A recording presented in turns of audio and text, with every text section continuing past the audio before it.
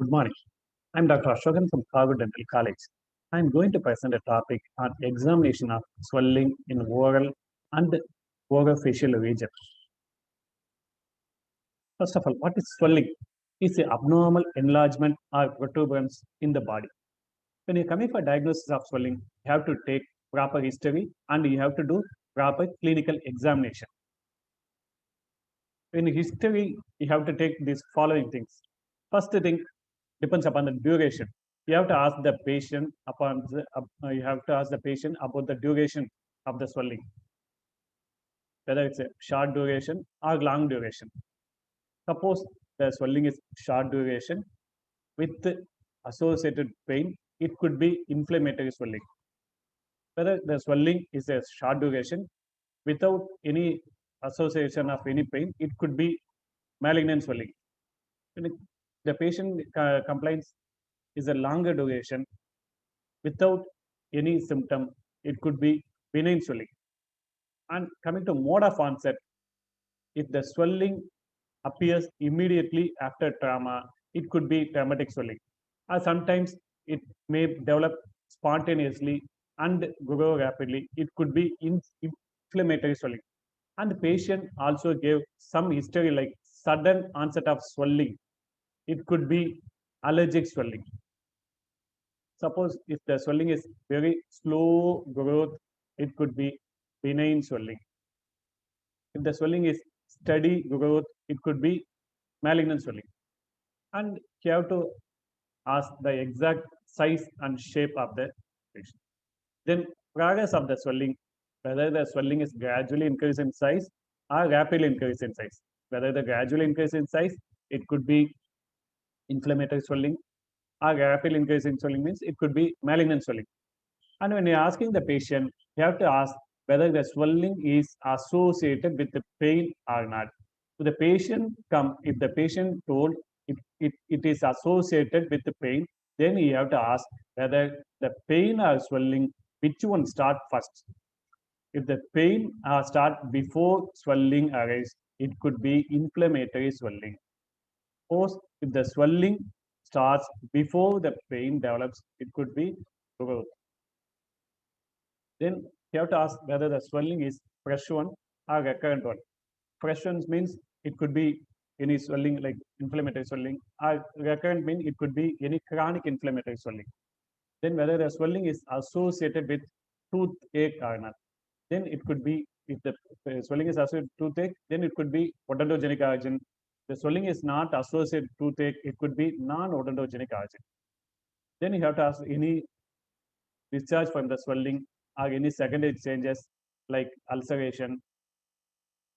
Like then you have to ask whether any other similar swelling seen elsewhere in the body. It could be give some conclusion whether whether it's a primary swelling in that region, or it could be any transfer, any many metastasis from anywhere in the body. Then you have to also ask whether the swelling has been treated or not. Coming for clinical examination, you have to do inspection and palpation proper. In inspection, you have to check the following things like number, position, site of the body, region of the body, size, shape, color, margin of the swelling, surface of the swelling, extension of the swelling, and skin over the swelling, and any discharge or pigmentation over the swelling. You have to check all these findings in doing inspection. Then coming to palpation, these are the things you have to check: temperature, consistency, tenderness, surface over the swelling, edges of the swelling, surrounding structure, pressure effect, skin over the swelling, fluctuation, is there any reducibility, compressibility, any discharge due to pressure, or any pulsation, visible pulsation or palpable pulsation, then trans elimination. And coming to inspection, you have to check whether the swelling is a single or multiple. Okay, single means it could be inflammatory swelling or benign swelling like this. If multiple means it could be like neurofibromatosis. Then you have to inspect which side of the body the swelling is present, either right side of the face or right side of the neck or left side of the face or left side of the neck. You have to note down the exact site of the swelling. Then Position of the swelling, whether the swelling is localized one or diffused one. First picture shows it is a localized swelling. The margin of the swelling clearly noted. Second, this one shows it have diffused margin. Okay, the margin of the swelling is not clear. Okay, so this is a localized swelling. This is a diffused swelling. Then the region of the body, which region the swelling exactly present, you have to note down proper, either maxillary region or mandibular region or parietal region, like infraorbital region. Okay, first picture shows swelling in the maxillary region.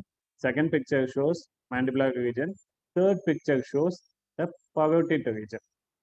Fourth picture shows in the infraorbital region.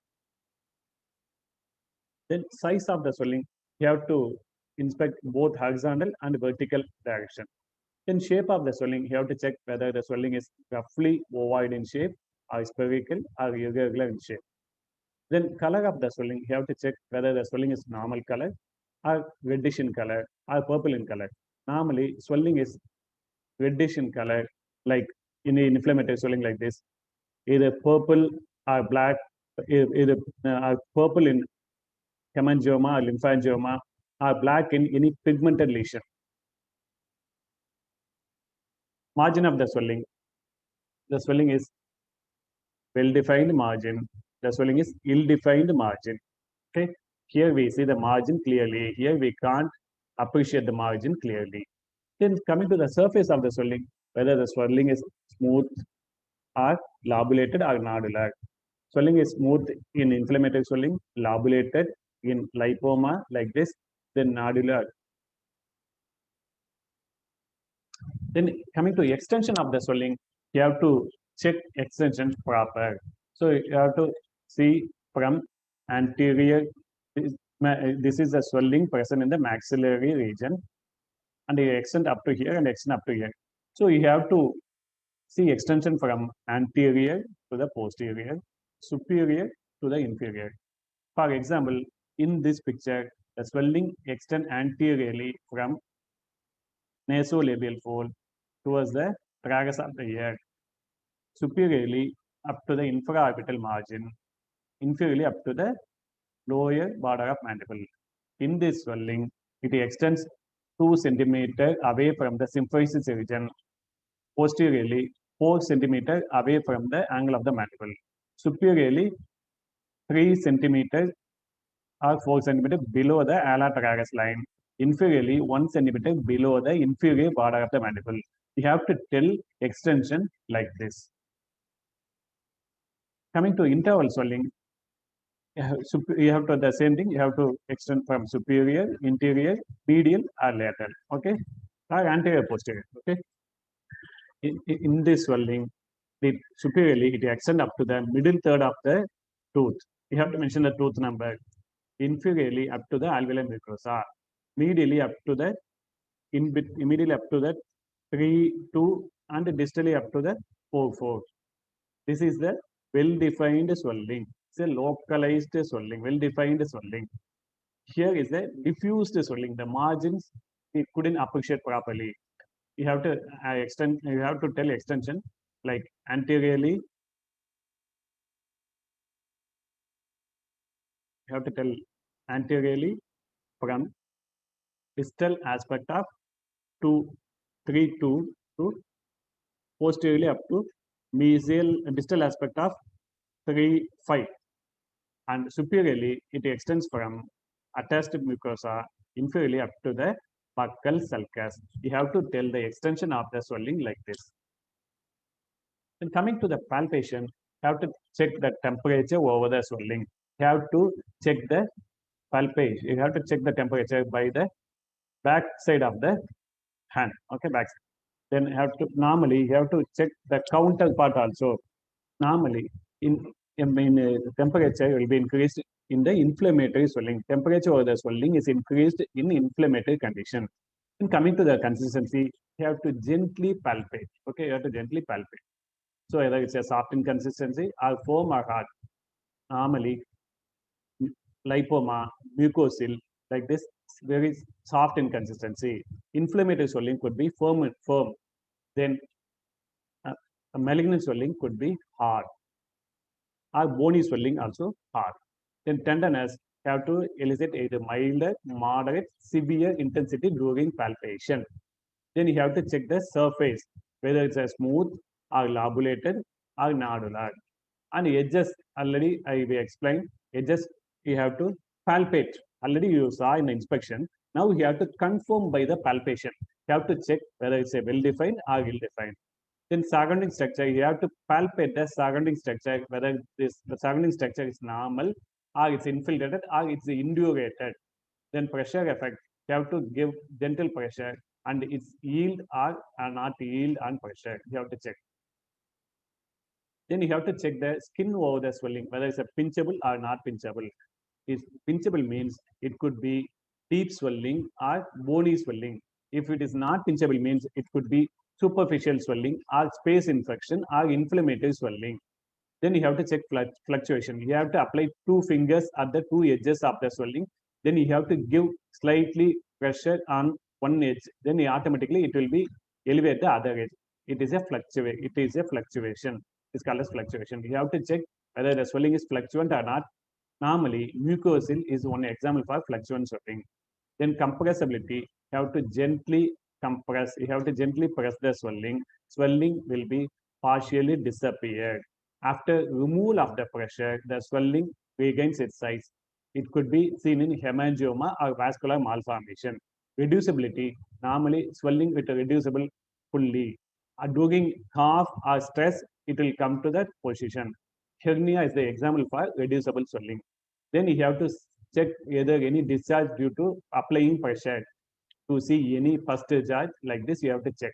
Then pulsation, you have to check any pulsation over the swelling. Then you have to check trans elimination by torchlight like this. Okay, trans elimination give clear idea of the content of the swelling fluid, whether clear fluid is present or not. Granula is the one example of trans elimination. So all the all the history, inspector findings, and palpation have to come for diagnosis and treatment plan for swelling. Thank you all for the patience.